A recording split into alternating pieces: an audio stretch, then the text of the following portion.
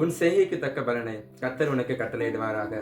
இஸ்ரவேலின் தேவனாகிய கர்த்தருடைய சட்டைகளின் கீழ் அடைக்கலமாய் வந்தவனுக்கு அவராலே நிறைவான பலன் கிடைப்பதாக. ஆமாங்க, இது வேதாகமத்துல இருந்து ரூத்தை குறிக்குது. ஏன் அப்படின்னா, தன் கணவரை இழந்த போதும் அவங்க வாழ்க்கையில இருக்க எல்லாவற்றையும் இழந்த போது கூட அந்த ரூத் பெண்மணி ஆண்டவருடைய செட்டியின் கீழே இருக்கிறதுனால அவங்க வாழ்க்கையை ஆண்டவர் திரும்ப நிறைவாய் மாற்றுகிறாங்க. அவங்க வாழ்க்கையில திரும்ப நிறைவான ஒரு ஆசீர்வாதத்தினால ஆண்டவர் நிரப்புறதை நம்ம பார்க்க முடியும்.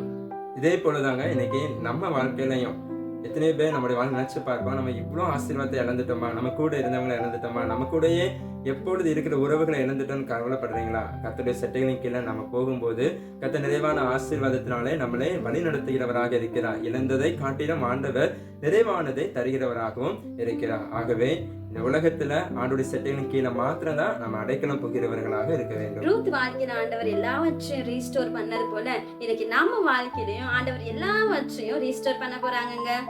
God bless you all.